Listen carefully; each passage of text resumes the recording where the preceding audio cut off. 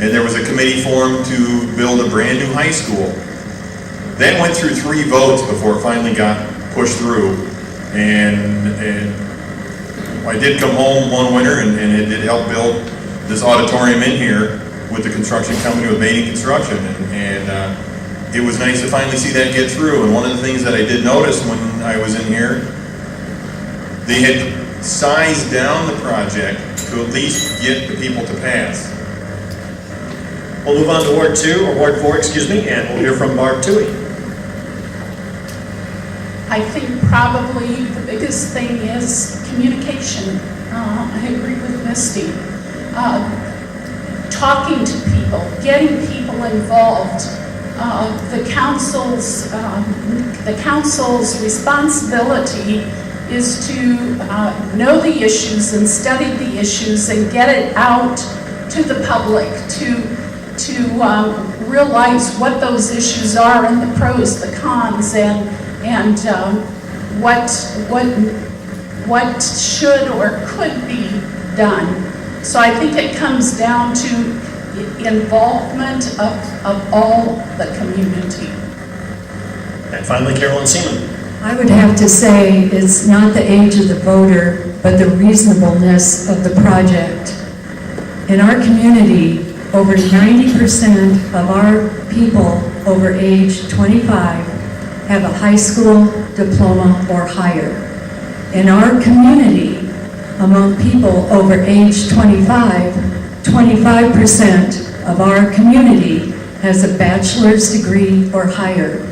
We are an intelligent, educated community, and people know when a project is reasonable and acceptable, and that's when you get positive votes. They voted on the Aquatic Center, it passed. The ISL, 2 times they have passed the local option sales tax. They've twice voted to tax themselves. I think people are smart and they know what will work. We'll move on to our next question now, and this has to do with city budgets, and we'll begin in the at-large race with Brandon Benami for this one. And what would you say to those who think the city of Carroll, of the staffing of Carroll, is too high in some departments? Do you agree with that? And if so, specifically, where would you look to make some cuts? Well, I can't say that I know that yet. I haven't studied the budget situation enough yet to know where that's at. I have a bachelor's degree and an MBA in finance, so I don't think I'll have a lot of issues as far as doing that when it comes to that time. Do I think from the outside looking in that they do? No, I think our city officials do a great job. I think our city employees do a fantastic job in the community, and I don't think, I would assume nobody can really argue with that. In the conversations that I've had with the individuals of the city officials, they've been nothing but helpful in educating me in anything that I need, even prior to this running for city council. They've always been there, they've always been open. Like I said, I think the beauty of our community and how clean our community is really speaks leaps and bounds about how well the job they do. And now Mike Curtis. I can't really speak on the current budget, but I would like to say that with my expertise of my current employer, I would do everything in my power to look into what is right, what is wrong, and make sure that the tax money for the citizens is being spent where it should be. But right now, I couldn't say what should be cut or what shouldn't. And now Dr. Eric Jensen. Over the past 4 years, I know that there were some issues, I think, with the police department. We had some shortages in that area. I think we're on our way to getting that back up to full staff. I don't have a problem with the full staff of the police department. They do a great job keeping us safe. As far as the other departments, some of the other ones that I've gone through, I think all of those individuals work very, very hard to provide services for the community. There are times where, yes, I'd like my street plowed a little bit more, but Carroll has there's a lot of streets for them to keep clean. I think they do a great job. I think that the community, the city staff itself, they've been very helpful in all the issues that I've ever had with them. Right now, I think we're doing a fine job as far as staffing. Thank you. Now Carolyn Seaman from Ward 4. From what I have observed, it seems if you hire the right department heads who are also taxpayers. They do a good job of managing their budgets, and they do a good job of staffing. And I have not seen anything that I would object to over my 10 years. And in fact, I was amazed at one point, we were down to 11. And Jeff's here, I think he said 11 at one time on our police force, and they still did. They worked at 200%. So our department heads know they are very cognizant of tax dollars. We hold them accountable. We ask them the tough questions. And I think they have done a very fine job of watching their budgets. And everything is going very well in Carroll. All you have to do is drive around Carroll and you see the results. Now we'll hear from Barb Toohey. We all live on a budget. The city officials design their budgets and they bring it before the council to look at and to approve. From there, the budget is completed, and with the people that I have met with, doing my research as I'm running for council, everybody's been very cooperative with me. They've been very open, giving me what I need to know to be cognizant of what I need to know to run for the city council. Our tax levy is low here. I think that our city managers and our city officials live within their budget. We'll move over to Ward 2 now, and Tom Tate. Okay. Insurance is probably the key that makes this question continue to come up. We look at when I first came on to when it is now.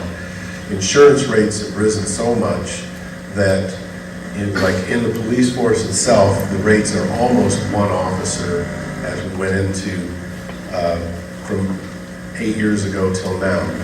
The budgets that we run into and our cutbacks, we've been able to manage that, and as we go forward, Gerald always asks the question, do we rehire or not?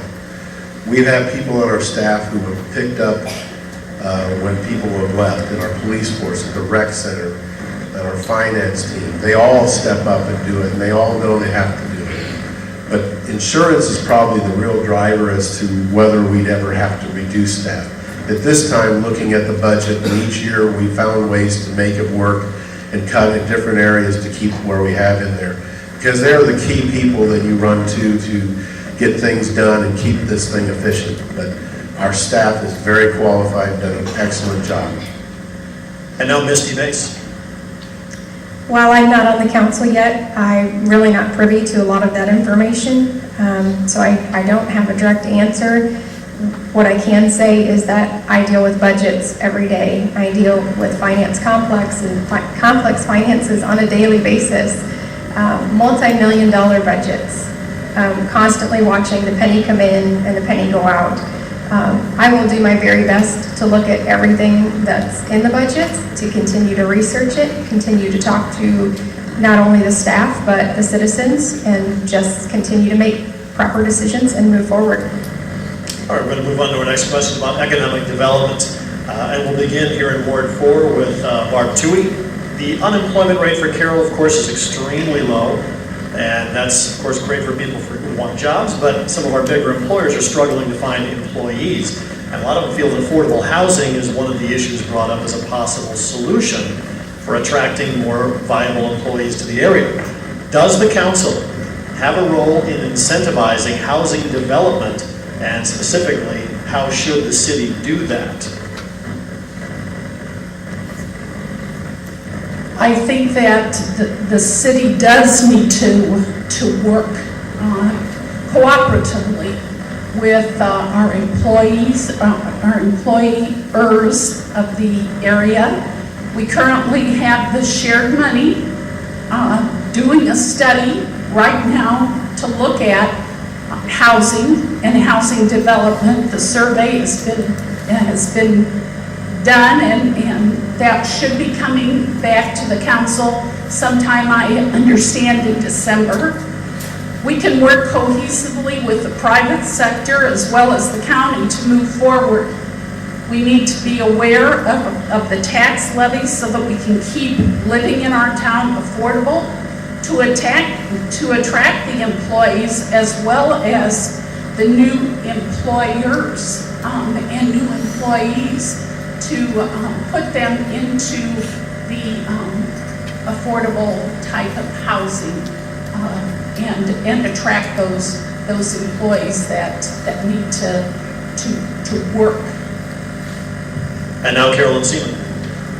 I'm on the technical committee that is 7 of us leading this study, working with the expert. And I sat in on several of the stakeholder meetings, realtors, construction people, developers, elected officials, and so on. And what I am hearing, the common thread is housing is only one piece of the puzzle. And I'll tell you, when the study comes out, there are going to be some very interesting and innovative thoughts included in that study. And some of the issues that were, or pardon me, the ideas that were brought up involve not only housing, but there are other ways to incentivize people to come and fill the many good jobs we have available now. And in the meetings, I heard wages discussed, I heard benefits discussed, providing moving expenses, incentives to purchase homes by the employer, and building homes and condos at the right price point. We'll move over to Ward 2 and hear from Misty Mace. Question? Does the council have a role in incentivizing housing development, and specifically, how should the city do that to help out employment? I applaud the city and the county for coming together on the study. It absolutely needed both parties to be able to do that, to get all possible answers. Absolutely, we look forward to what's going to come out of the study. Ultimately, we have to wait for that information. I do believe the city can get involved with that, whether it be helping with the infrastructure and whatnot. I believe that we will try our best to work with people in town, to work with the developing, and if we have to, we'll move to the outside. But as a common goal, I believe that you will know that inventory is low in Carroll. Any realtor would tell you that, and it's just part of the problem. Tom Tate. When GE left, and I wasn't here then, but I went to several realtors and visited them, and they said the condos continued to be built for about 3 to 4 years after that, and then things really slowed down. The money changed in how their philosophy of growing and what we needed to grow began to get stagnant. And now with this study, we'll have a new thing out there. And I think a lot of the realtors and the builders out there are waiting for this. And they're waiting to see what ideas came out and what are the positives. We can make decisions on a council that can help or stay to the side, but we need to first see what that study says and what the recommendations of that study are. I think there's going to be some positive stuff out there. I think we're going to grow in whatever form it needs to take, but right now we just need to wait for that survey to come in and then make the positive moves towards that. Many of the towns I lived in, I've seen it happen. In Mount Pleasant, as they went through an economic crisis, they had to do different things like tax abatements and things, but there are things out there that we can get involved with if we need to, but for the most part, we need to see the study first. We'll move on to the at-large race, and Mike Curtis. I think it's very important that we check into helping the employers find adequate housing for their employees. With that, I would say, from my experience of being on some of the funding and special raising committees for my council life previous, I'd also make sure that we have our utilities in line. If there's water, sewer, stuff like that that needs to be added, just make sure we're looking at the whole thing as the city continues to grow with these key housing developments coming in. And now Brandon Benami.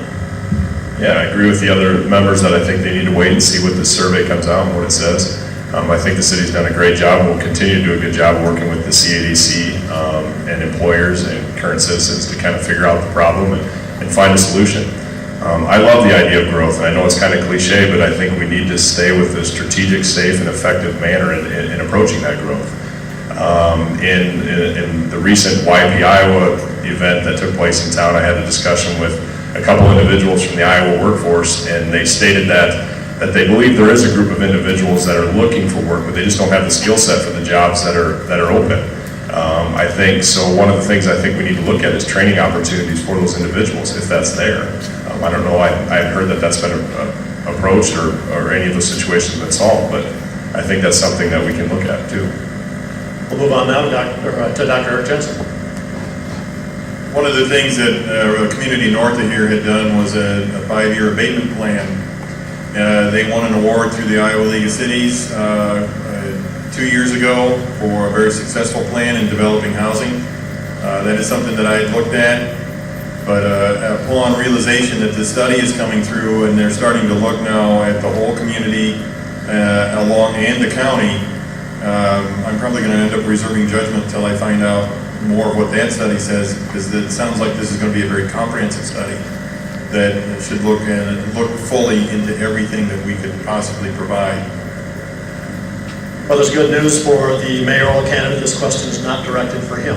So you're out of this question here. For everybody else, though, we're going to start in Ward 2 with Tom Tate. The question we got from the crowd is, if I vote for you, how will I know in 2 years from now that I made the right choice? Well, mainly because I've done this for 8 years. My track record has been very accountable, very transparent. I've looked at the polls and surveys as they come in to make sure I'm representing you the right way. I believe in the citizens of Carroll, and I believe in this city. I have skin in the game in that I've had kids go through this, and my oldest, Nikki, is in college at Iowa State. She's a chemical engineer with a 3.6 grade point. She didn't get that because it was a town that sat back on its heels. We have a great school system, we have a great community, we have great leadership. And I will continue that. And I will continue to make the growth of this city go forward. Our forefathers before this made that happen, and the council right now is making that happen, and I will continue to make that go forward. And I trust you, the people, and I hope to get your support. Thanks. Misty Bates. I'm pretty sure what you'll see from me are multiple visits.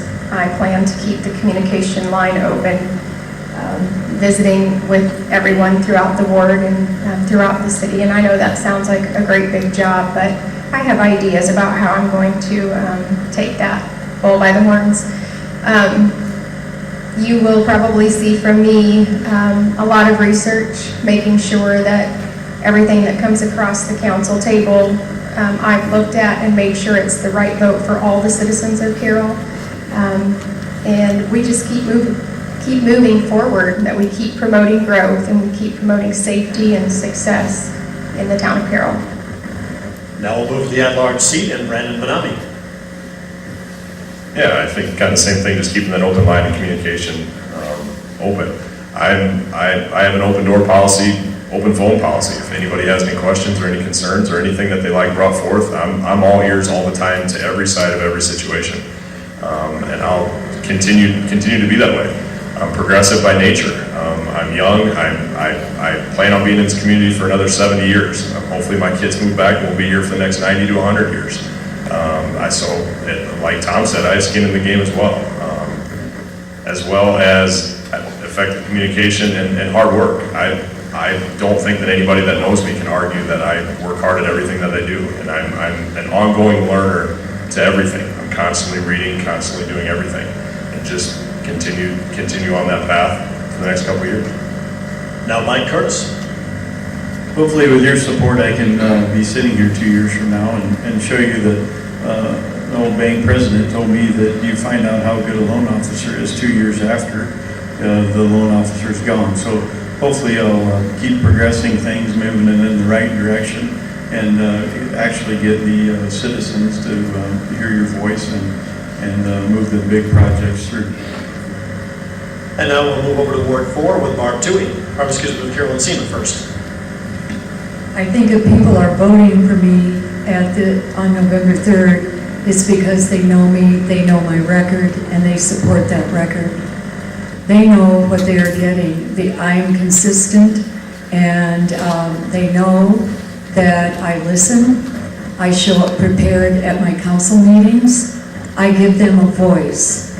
I also show up with facts, do my due diligence, and bring critical thinking to the council table. I've been doing that for 10 years. They know what they're getting, so if they're voting for me, they know what to expect, and I will continue to be that type of person. And finally, Barb Toohey.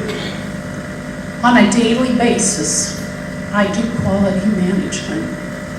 What that means as a quality manager is to make sure that everything that is done in our facility meets the standards, meets the regulations.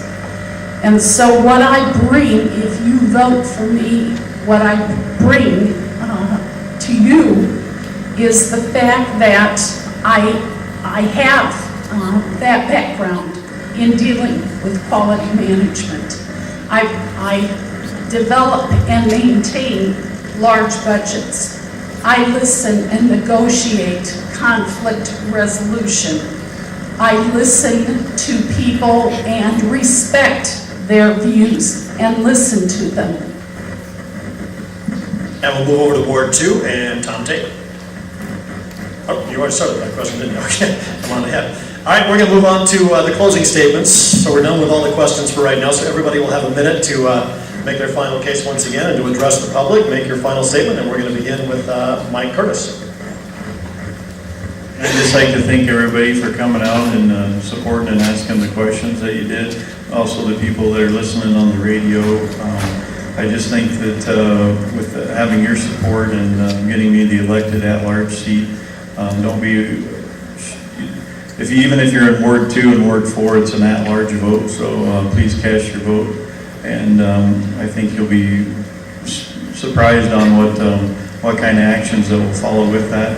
And to the farmers out there, thank you for your food put on the table, and be safe. And we'll hear from Brandon Manami. Yeah, again, I would like to reiterate that. Thanks everybody for coming out, and thanks for the questions. I don't think anybody would disagree that the importance of continuing to make investments in the community is of utmost importance. However, we're in a great financial position with the community, but we got to make sure we spend that money too. We can't just have taxpayers paying taxes for no reason. This money's just sitting around.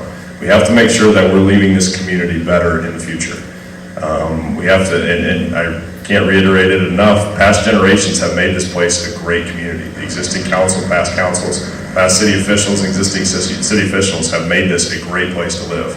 I think it's important that we do the same. I think it's important that people get involved and make sure that 20, 30, 40 years from now, that it's an even better community, that we can look back and say the same thing about what they've done. I think the importance of looking down the road is what we need to look at. Now, Dr. Eric Jensen. Again, thank you very much for everybody's participation, and as I continue to roll into the office of the mayor, I intend to continue to provide the leadership, the fiscal responsibility that I said I was going to do 4 years ago, and continue with accountability. Thank you. We'll move back over to Ward 4 and hear from Barb Toohey. I want to thank the Carroll Chamber of Commerce for hosting this forum tonight, and thanks for coming out to listen to us. I hope you've learned more about me and my views on responsibilities for serving you on the council. I'm positive and open. I listen and speak with others with courtesy and respect for their views. I will bring my experience in management, working with large budgets, negotiation, and hard work. I view this election as an opportunity to serve my neighbors and the people of Carroll. I'm grateful for the new acquaintances that I've made so far, knocking on doors. I want to give back to the community that has given so much to me and my family, and I ask for your vote on November 3rd. Thank you. Now, Carolyn Seaman. After 10 years, you know me and you know my record. You know I have worked diligently to represent the views of the public at large and to watch spending, while also working to keep neighborhoods safe. Ironically, safety has become one of the most mentioned issues as I have campaigned, and this greatly concerns me. Our residents deserve a high quality of life, and Carroll needs to grow its population. Our police department knows this and is working tirelessly to keep us safe. Finally, you need to know that during the next 4 years, I will continue to promote safe neighborhoods, low taxes, economic growth, but not the growth of government, and I will support quality housing for responsible residents. A vote for Carolyn Seaman is a vote for you. Thank you for turning out. We'll move over to finally to Ward 2 for the closing statements, and we'll begin with Misty Mace. I'm ready to work hard for the city of Carroll. I will make sure to read through my packet before council session starts. I will make sure to research anything that comes in front of me. I will make sure to visit other communities and find out how they're growing, what ideas can I bring back to Carroll. I will make sure to listen to all the citizens of Carroll, not just the second ward. And I would appreciate your vote on November 3rd. And finally, Tom Tate. Thanks for everybody coming out and the listeners that are listening in. I have a track record for the last 8 years of being accountable, but I'm also one that thinks out of the side of the box. And one of those things was like the Hornerbach and Pella intersection. When I came to town, I saw an intersection that was in an incredible, dangerous situation. We'd already done a study before I came on the council, but the study didn't encompass north-south, it only was east-west. I fought hard, and it took a couple of years, but we got a stoplight in. And not only did we get the stoplight in, but they, after running the survey north-south, they said, you need extra lanes. Those are the types of things I've always brought to the board, was out of the side of the box thinking, and also not taking no for an answer, finding a solution that's within it. And I'll continue to do that, and I'd appreciate your support for another 4 years. Thanks. Thank you so much, candidates. You've all done a fantastic job for us tonight. We appreciate you being here. To wrap it up, I just have a few closing comments. We'd like to thank those of you in attendance and also those of you that are listening at home and have had the opportunity to participate. And as the candidates have said, seek them out, be informed, be there to vote on November 3rd. Thanks a lot to Carroll Broadcasting for moderating and also for live streaming this and broadcasting to enable those that are at home to be a part of this process. Hubert, fantastic job with your timekeeping. And really quickly, I'd like to just thank the Carroll Chamber of Commerce Legislative Committee. Our committee chair is Karen Tim, Rob Cordes, Carol Clausen, Jerry Jansen, Frank Hermsen, Jean Ludwig, John Brocklesby, Chad Jensen, Trish Roberts, Ed Smith, and of course, Hubert Hageman. We had so many great questions tonight, and to just know that if we didn't get to them, it was just lack of time. They were very thoughtful and insightful questions that were asked, seeking good answers. So again, reach out to these candidates to be